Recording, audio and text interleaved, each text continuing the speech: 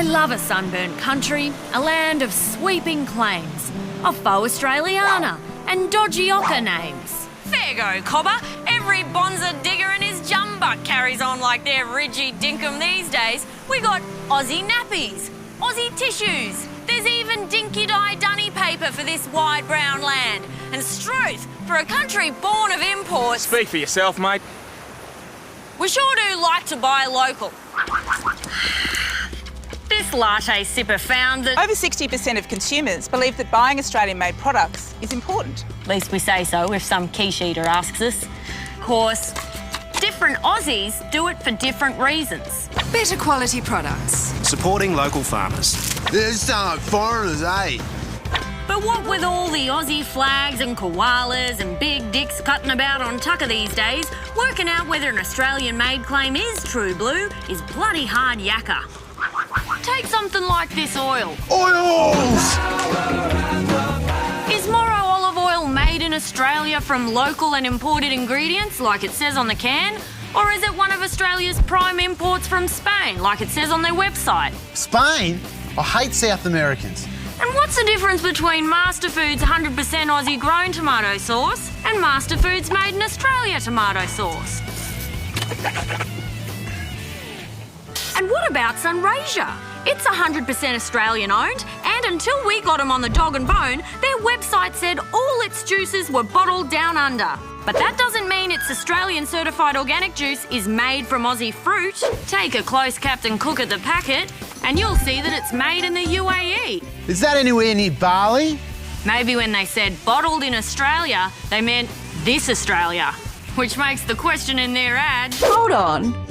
Do you know where the fruit came from? a bloody ripper. When we asked Sunraysia, they narrowed it down to somewhere in the world. Fair suck of the juice pouch. And it's not just down the shops. There's plenty of mongrels playing silly buggers online. Take Battery's shop. They've got an Aussie website, they've got an Aussie address, they've even got a picture of their Aussie shop. Hang on.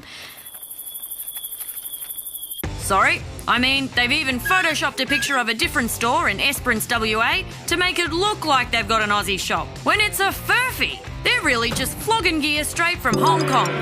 But don't worry, we dobbed those jolly swagmen into the ACCC. Stone the raw prawn, skip this whole malarkey's a dingo's breakfast. When the cobbers at Choice surveyed their members last year, they found 12% of respondents correctly understood the meaning of made in Australia, 8% Australian grown, and 3% made in Australia from local and imported ingredients. these are the card smunts who subscribe to a bloody consumer affairs mag. How the rest of us battlers meant to cope. With the Checkout's Bonza U-Butte guide to the really quite simple task of buying Australian. If an item claims it's Australian grown, it's supposed to mean just that. It grew here, it didn't flew here. If it bangs on about being a product of Australia, each key ingredient or part of the product originated here, and almost all of the production processes happened right here. These two claims are as Australian as kangaroos and Holden cars. Well, kangaroos. Made in Australia, or Australian made, means the product's been substantially transformed here, and that 50% or more of the cost of making it was incurred here, whatever that means. But it doesn't mean the ingredients are Aussie. Bugger. So Australian made isn't as Aussie as we'd like to think, like when a Kiwi wins an Oscar. Then there's lingo like made in Australia from local and imported ingredients. Unlike made in Australia, these ones don't have to be substantially transformed down under or spend 50% of their production costs here, which is why these bird's eye barramundi fish fillets, otherwise known as Asian sea bass from Vietnam covered in Australian breadcrumbs, can use it. It's really not part of Team Australia at all, just like the ABC. Companies can also pay to use the Australian-made logo. It's a certified trademark controlled by the federal government, which has heaps of spin-offs, sort of like Underbelly. The Australian Grown and Product of Australia logos mean pretty much the same as the Australian Grown and Product of Australia claims, as does this fella, Australian Seafood. But the Australian made logo is more dinky-die than the Made in Australia claim, because it specifically excludes simple processes. So if this is all you've done and the key ingredients aren't true blue, sorry mate, there's no logo for you. And as for the rules about disclosing whether a company's Australian-owned, there aren't any. You'll have to go fossicking yourself, or take a squiz at the AusBuy logo. It's got 4 categories for outfits that are at least 51% Australian-owned. See? It's easier than stealing damper from a bilby. And it's not like this is a new drama, like Bernard Tomic or coward punching. Hawkey tried to sort it out in 1986 with the Australian Made campaign. By giving Australians a sense of national pride. In 1997, Trussy said he'd stop all the fart-arsing around with a genuine level of understanding of what is meant by country of origin labelling claims in this country.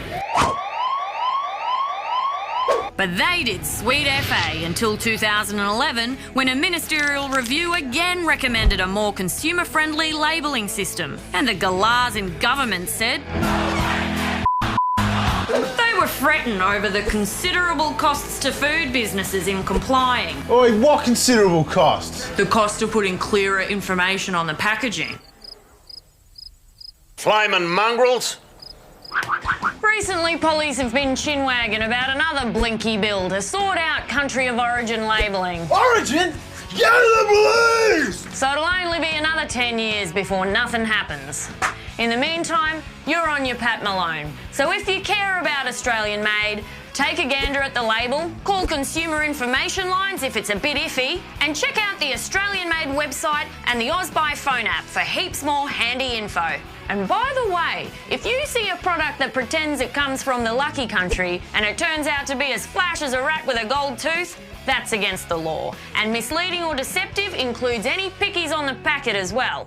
So let's say someone made out like their famous Billy Tea was traditionally Australian since 1888, even though it was actually made by one of India's biggest companies in India. Then do yourself a favour and dob those rat bags into the ACCC. Because while some products will try to pull a Swiftie by swanning around all tarted up in green and gold, there is one thing that's 100% rigid, sheer as sweat, kangaroos, kicker, bikies, budgie at the back of Burke's backyard Australian. And it's this absolute Barry Crocker of a system.